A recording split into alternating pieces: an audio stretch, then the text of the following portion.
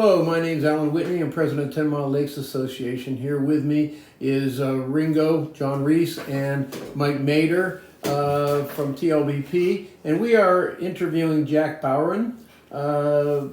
We were hoping to do this during a history dinner. However, due to COVID problems, we have, the last year and a half, we've been unable to do that. So we have doing this recording to perhaps play again another time. This Jack Bowron was raised around this area. Says his family's been here. This is third generation. Third generation. And he's got a lot of memories of this place, and we particularly wanted to get to the Courier years as for this, but we're going to let him expound a little bit prior to that and on that. Jack, why don't you give us a little bit of your personal history? Well, I was born in North Bend, but at that time my mother and dad had a dairy ranch up in Noble Creek. So, but my grandparents, or my grandfather was Bowron, had been dead at that time, but they owned the old Lakeside Inn, which is right across the street from where McKay's is, looking north. There's a double wide trailer there now. It's been there for a number of years. Now that's where the Lakeside Inn used to be. And I'll throw in a little bit there that, matter of fact, when the water used to get high, they could run boats right up to the front of where the hotel was. Does the water get high every summer? No, in the winter every winter? Lakeside used to flood a lot because 10 Mile Creek used to come down and circle around. Yeah, this is a picture I have of 10 Mile. That picture right there is the Lakeside Inn. Right there. It's the Lakeside Inn. That's a picture of the Lakeside Inn. Yes, it is. Yes. And And this is the house on the corner that's still there. Kind of kitty cornered across the. Just up McKay's right on the corner, right across from the. Oh my! The new ice cream shop. On that corner, that's an old house. Oh, okay. Jack, what's the house that your hand is on, your fingers are on right there? This one? That one. Let's see, that would. Or it looks almost like I think that would be Mary's Cafe, but I'm not sure. Okay. Mm-hmm. Okay. And then, but did it flood very frequently in the winters? Yes, it used to. It seemed like to me when I was a kid, because they straightened the creek out. The creek, 10 Mile Creek, used to come down, make a big turn, and go almost over the railroad track where the airport is in that area. It made a big loop and went around and went back out. Well, in the summertime, that all plugged up with logs and stuff got in there, and that's why it would flood. Lakeside would flood until water enough got high enough so it could break it away. But then when they put the sewer plant in there, they went ahead and cut that.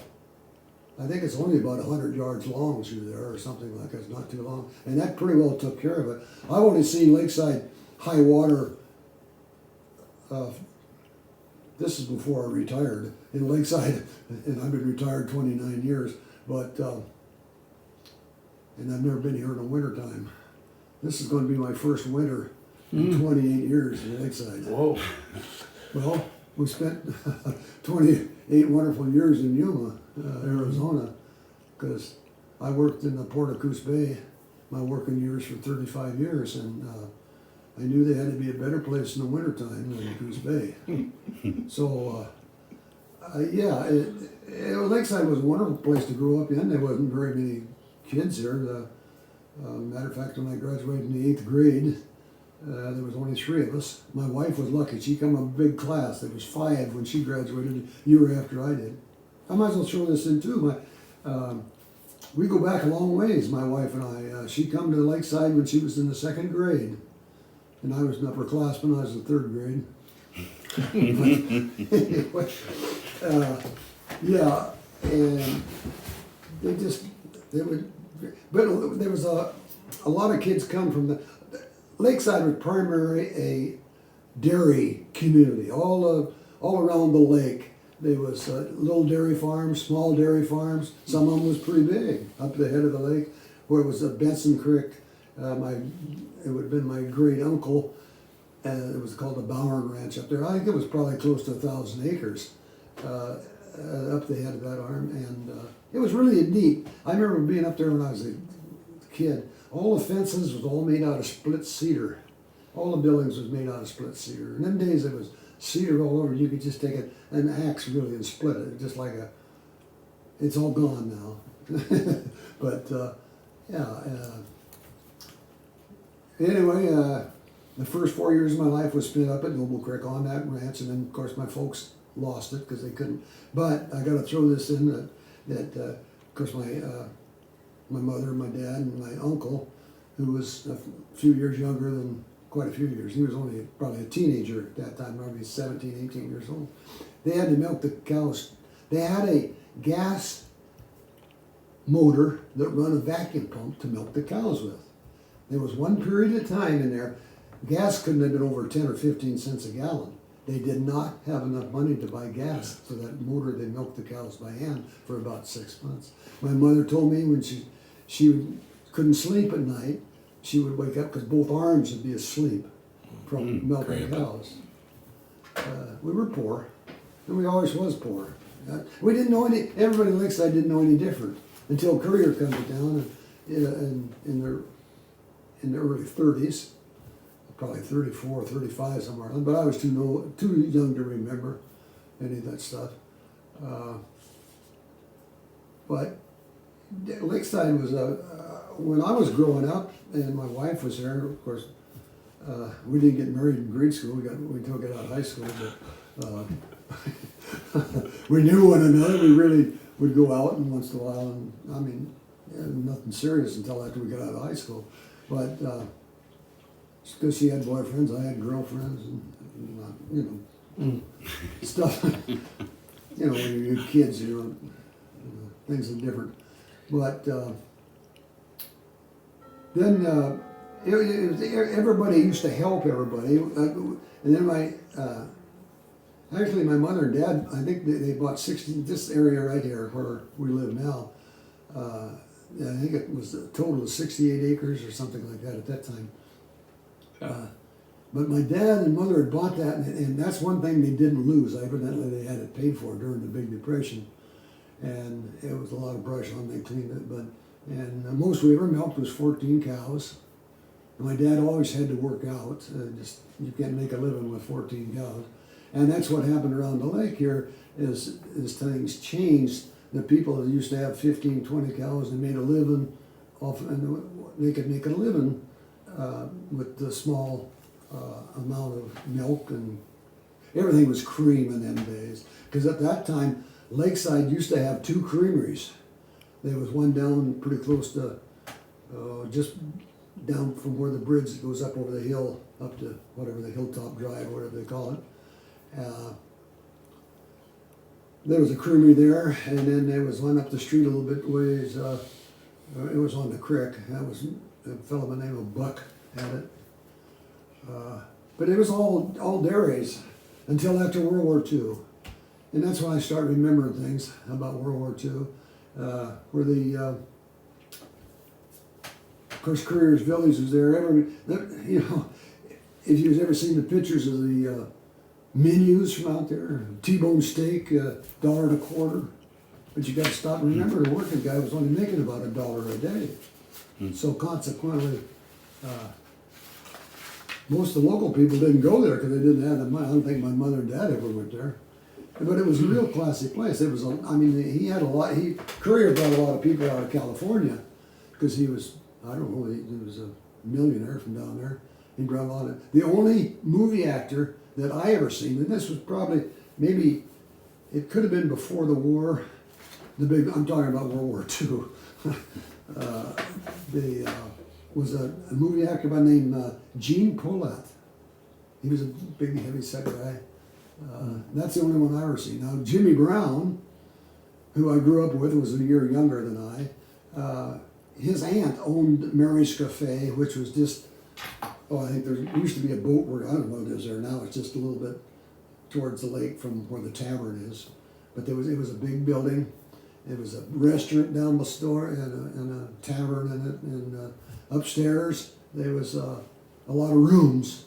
Because right after World War II, then everything started booming around here, and a lot of logging. And there was a lot of loggers that just used to stay there, and they called them gypsy loggers or something. A lot of guys only be there for a week and they'd go on someplace. But the majority of them after the war was veterans, and they didn't know that they had the syndrome or whatnot, so they just drank and played hard and worked hard, and that's the way life went. Now, what was the attitude of the town with Courier here? I mean, did they welcome him? I mean, somebody brings in a lot of money, and sometimes that changes things and makes people. Some people are resentful. Some people are just loving the boom. I think what he did, he created a work for people. There was a lot of building going on, but that was before my time again too. And I think he only owned it for. I don't know if he sold out first to Ellingsworth. So they're actually, he was only here for probably, well, maybe 10 years at the most. I think they might have, I know he sold it before World War II started because Ellingsworth was here, and Ellingsworth had a son named Jock who was a year older than I and my wife. And that was 1941. We have a school picture. Maria Liza and I was in the 6th grade, and she was in the 5th grade. And Jock Ellingsworth was there, and he was in the 7th grade. So that had to be in 1941. So Ellingsworth had already bought it at that time. According to the records I have, Courier built the place in 34, 35, and sold it in 39. Yeah, that's probably right. And yeah. Now, also apparently there was some gambling there that was illegal, that he allegedly brought in some connections from Las Vegas. And was that gambling for the local people, or was it just the high rollers that came in? The only, what I would have known about it would have been out on the pier itself. Mm-hmm. And of course, I wasn't 21 until 1951, so I wasn't out there. But it kind of really slacked right off, I think. It was really a going place. It was, but I don't think there was too many local people could afford to go there. But yeah, and it changed. I have some legal. I don't know. John Whitney, who was a lawyer in Coos Bay. I don't know if he's retired yet or not, but I think he's dead. Is he retired? Dead. Oh, John died? Yes. Yes. Oh, I didn't know that. He was our attorney too. Not too long ago, was it? It was Well, considered. It wasn't too he gave long me ago. some legal papers on when one of them sold in 1942, I guess, when Ellingsworth sold to Jackson, or Jackson sold to somebody. And I got it. He gave it to me because he said he wrote a book about the area. And there was a lawsuit about him. He had all the paperwork there. And when I used to go see him, I spent more time visiting with him about old times than some of the law work, and I didn't realize it was costing me $300 an hour or something. But or whatever it was, I don't remember. But yeah, I remember mostly the stuff that's after the war. My wife was up at the Muriel. You should be in there so you get a picture. But She's dozing. yeah, she just don't feel good. They had a big house on a point up there, and Muriel was in it, but I was never in it because her dad used to do handiwork, or stepdad did handiwork, and he worked up there and whatnot. And I was never in it, never up there. But she said it had real thick carpet in it, and then it burnt down. Yeah, apparently that was around 41 or 42 that the Courier estate burned. Yeah. This is a picture of a floatplane up at the Courier estate. Yeah.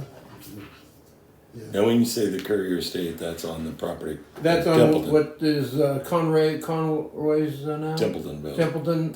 Okay. And this is an aerial view.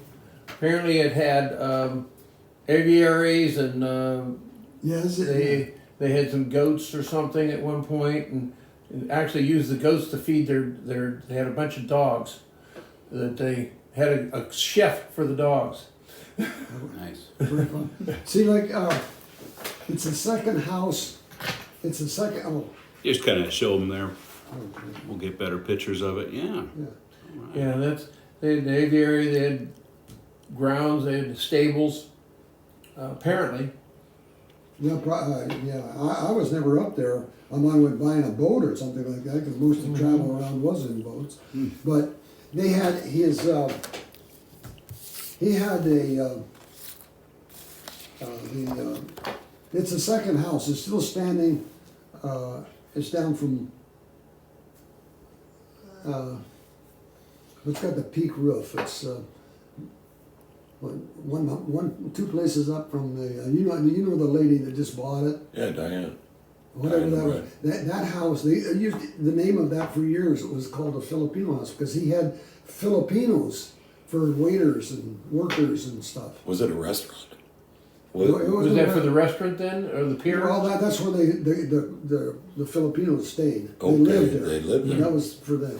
Okay. Okay. And then he also had the old Lakeside Inn leased or rented or something for people too, because I know that. But they went broke. I think probably when the big depression hit in the 30s. I presume. My grandmother had remarried to a fellow named Bill Kerr because she was 18 years younger than my father. On my mother's side, of course, my mother come to Lakeside when she was in 1905 she was born in 1899, and she spent her whole life here, and she lived to be 92. My grandfather had stage. I don't know if you were interested in this. My grandfather had a stage that hauled freight from Lakeside. They lived down on 10 Mile Creek, and it's all grown up now. There was hay fields there. That's the homestead With a down big there. bend there. That's the lagoon, yep. And I think there's some pampas grass that's still Yep, there. yep. Well, that's where it was. The old barn was still there when I was a kid, but some other people had owned it at that time. Well, actually, Wilkins had owned it at that time. But they used to haul, they used to commercially fish in 10 Mile Creek with nets. And my grandfather used to haul in a wagon. This is probably 67 years ago, when there was a newspaper in North Bend called the Harbor. And they used to go back 50 years. And my grandfather, Vanberger, was named John, said he just hauled 5,000 salmon down to North Spit. Are you talking about, Jordan talking about Cove. Yeah. the day's catch? Yeah. That's trout there. That's not salmon. That's trout though, yeah, I think that may be trout. Oh, it was the trout fishing in the lake was absolutely fantastic. When I was milking cows, my dad was strictly a fly fisherman. So when we get in the summertime, probably starting in last April, when the weather started warming up a little bit, we would walk up the field, go through the tunnel, and there used to be there was a dock up there called North Lake Dupo. I'm sorry. There was the North Lake Depot, and there was it was about 200 yards through the tunnel up there, and there was because the farmers brought their cream down on the docks, and they loaded it on the. Matter of fact, they had a big hand crank, and they took it up in the train. They loaded into the trains from there. Wow. This is hard to believe, but they shipped cream from here clear to San Francisco. Wow. And by train. Yeah. Jack, I want to ask, and if I may, Al. Sure. Was there a commercial crawdad fishery here in 10 Mile? Not that I know about. Not that you know of. Not that I know If about. you don't know about it, then I don't know if the rumor is It true. used to be Byler's. It was they owned that. There used to be a cranberry bog here in Lakeside, Okay. right behind where McKay's is now. In that area in there, there was because my sisters, when they was going, which I had two sisters. One was 10 years older or 11 years older than I. Gary's mother, Gary Freeland's mother, and my sister Dell was 9 years older than me. Muriel and I had her for school teacher in grade school in the 6th grade, I was in 6th grade. Marilyn, that's the picture we have. And then when I was in the 8th grade, she took off 1 year in between there and got married. Do you remember the Lakeside Depot? I certainly do. Mm-hmm. Oh yeah, yeah. They tore it down about the. Yeah, that was really a nice building. Yeah, it looked like a really nice building. Yeah. But when did they tear it down? I think during the war. I'd ask Muriel. I would think either during World War II or right afterwards or something like that. I don't know for sure. Yeah, that must have been when they were building it. Because it was a really nice building. Yeah. But that wagon looks like it's got. I was gonna say, I got a couple pictures here. You were talking about that was the wagon that went along the to the North Spit along the sand road. Yeah, Jordan Cove. Yeah, actually, my great grandparents had a little ranch on right where the road goes across now on the North Spit. My great grandparents had a ranch there, a small ranch. They both died 1911, 12, somewhere along there, way before I was ever born. They died. A lot of my relation on my Bamberger side is buried up in Templeton. There's a cemetery up there. My granddad's there. My great grandmother and my great grandfather's there, and I think an uncle, Harold Bamberger. Mm-hmm. They traveled by the tide, low tide, when the sand was hard. That's the way they traveled up and down the beach. Mm-hmm. Yeah, it was. Well, actually, I think that the Courier's Village was way before its time, really, in a way, because there wasn't that many people around there that could afford to go to it. So that's why he imported a lot of people, I think. Yeah, well, this is an airplane view of Courier Village Right. at the time, and you could see some of their cottages. Yeah, oh, they was And the yeah, pier nice. and- It was nice. It was nice. Yeah, the pier. That looks like before they. I was going to say that may be before it looks like there's a two. Yeah. The pier was on a second level. It was Yeah. the Pier Cafe, I think. Well, they underneath. They had What was underneath? Boats. Boats. Boats there. Yeah, boats. Yeah.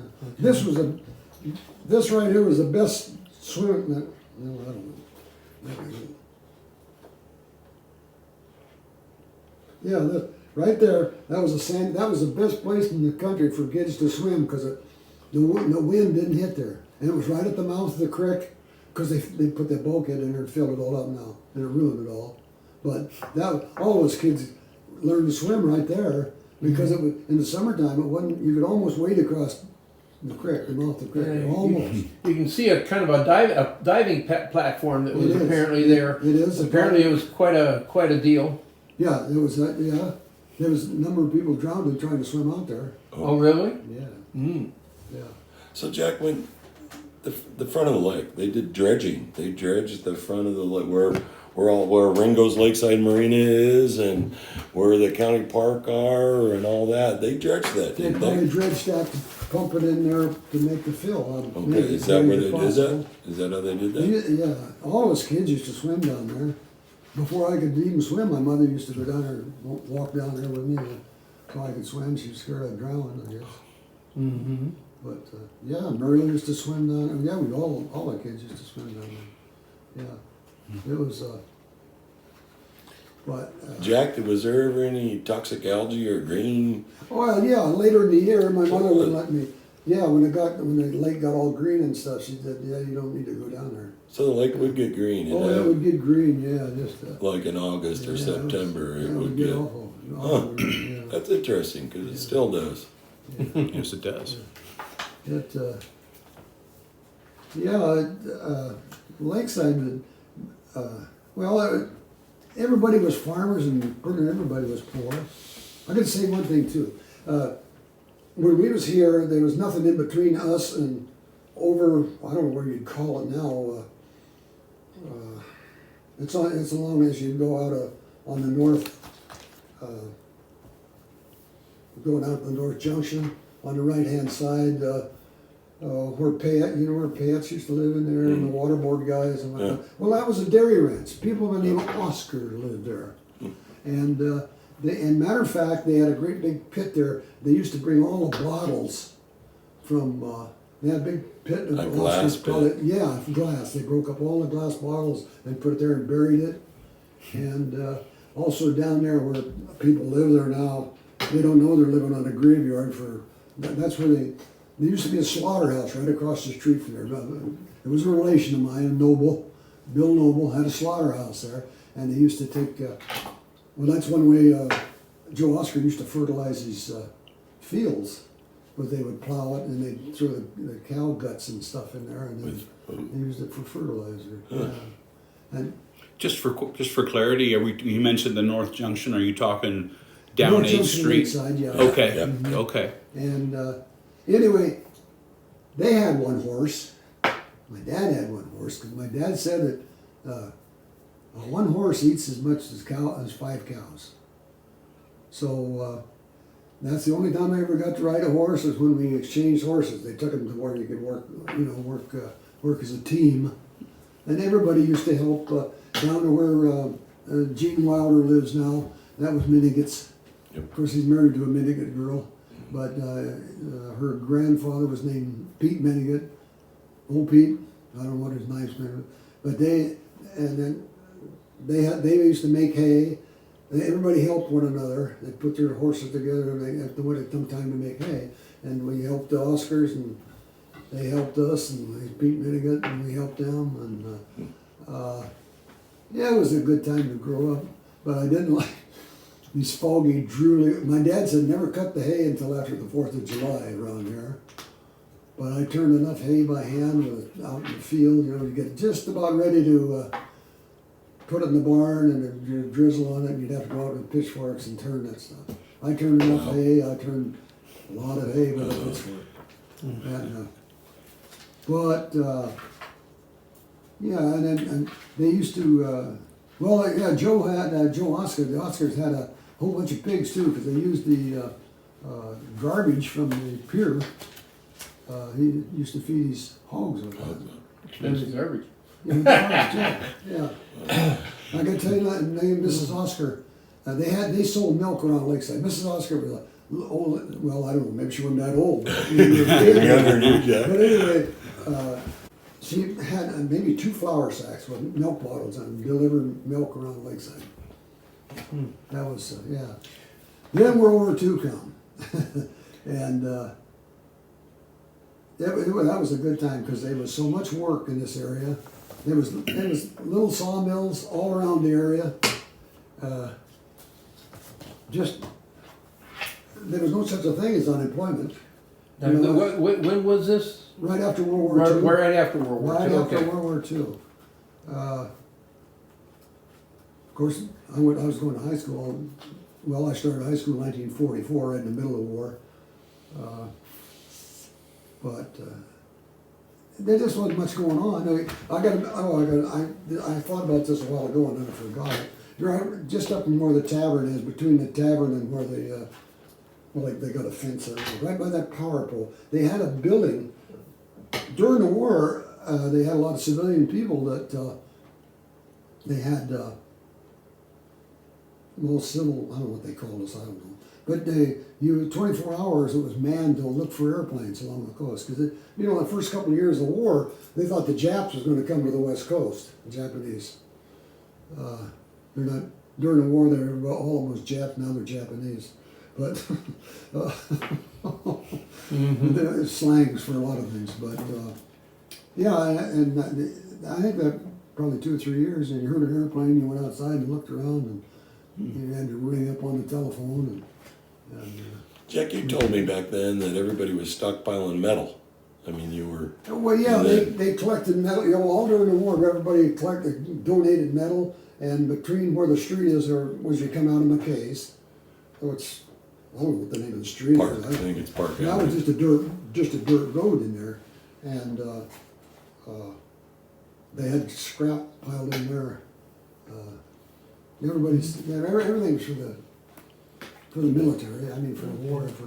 I got to tell you this. This was This was a Halloween time. Right where that building is now, I don't know, maybe it's a laundromat or something from McKay's, between that and the pier, there's a building there. Well, right behind that, that used to be where all their switches was for all the power. Or, you know what I'm leading up to? Thanksgiving and Halloween. That was a big deal for us kids to go around there and pull them switch and turn off all the lights for Courier Village. And then run. And we run around. I got to tell you this, I was about 14 or 15. That was during the war, I think, probably. I don't know. But it was right after the war, maybe. I was probably about 15. Here's a couple pictures of the Courier Lodge, places they stayed. Yeah. Apparently they were steam heated. Yeah, oh, they was beautiful places. Yeah. I think it's one building's still there, I think. Well, the one's on the end is still there, that one building. I think it's still there. Okay. Yeah, it was Yeah, I think there's one still available, not available, but still there. yeah. They moved most of them out. At some when did that happen? After the war? Or? Yeah, Or during the war? it was after World War II. Mm-hmm. I just don't know. I don't know. I just don't. I'm quite sure it's quite a while after the war. Mm-hmm. Might have been as late as the 60s. Okay. They might have sold some of them off. I don't know. I don't know for sure. You know, Jack, one of my stories I like is that how the Lakeside Volunteer Fire Department came to be. Well, I tell you what, there was some fires in Lakeside, and people got.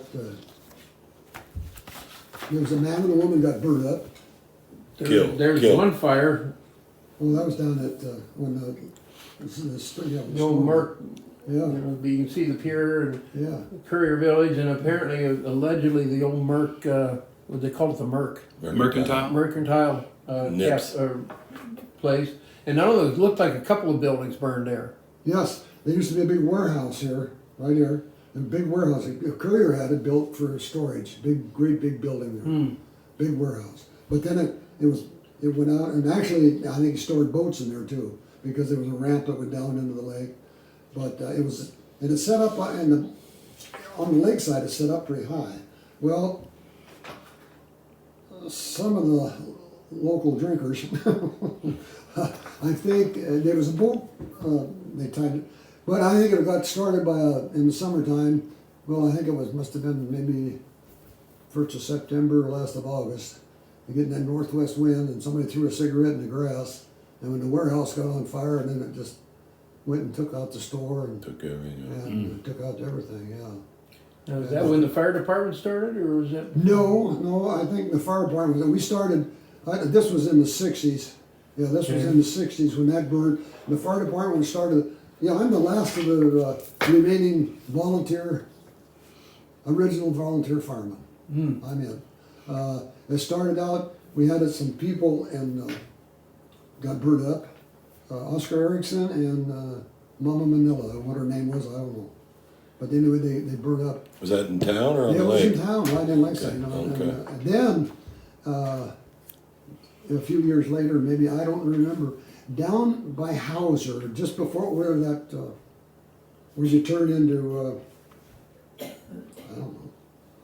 There's a Wagon grocery- Wheel? There's a grocery store. Wagon Wheel. Wagon Wheel Grocery there? Just this side of there, on the old highway. There was a family there by the name of Weeks, and they had about 5 or 6 kids, and they had a house there, and that house got on fire, and there was one girl that was sleeping downstairs, and it burned up about 5 kids. Gosh. And so the people started thinking, I guess, and less nips at that time when the store built. Burnt. He still owned it at that time. Before that, Les was a pretty progressive thinker about different things. Really a nice guy. He had an airplane, and I went flying with him one time after at night. I didn't think much of that, but anyway. Well, our first fire department, or first place we had to store the fire engine, it was about a 1913 Stutz. That was our first one. And Les put up the money, I think $300 or something like that, to buy the first fire engine for Lakeside. we had our first fire chief was named Don. I'll think of it pretty soon, because he'd been in the Navy and he knew a lot about firing. And then my ex-brother-in-law at that time, he wasn't ex at that time, he was my brother-in-law. And he'd been in the Navy and he knew quite a bit about firefighting too, you know. But God, I can't think of his name. But he was the first. But I mean, we'd go down on where the boat ramp is there, and that was the first boat ramp in Lakeside, where the hill goes up, the road goes up Hilltop House. We would go down there on Sunday and practice squirting water and whatnot, and everybody. We didn't until they got an election to get some money for the fire. It was volunteer. I mean, people put in money, $25 or whatever they had to buy stuff for And them. when was that? About when was the That fire was in the department? 50s. That was 50s. probably maybe 55, 56, somewhere. I can't remember exactly.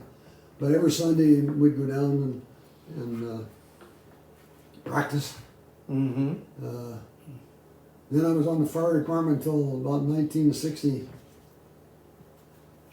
or 60. Why they did to me, I was just 30-some years old. They elected me on the fire board. So I was on the board of directors. I remember in '68, that was the last year of it.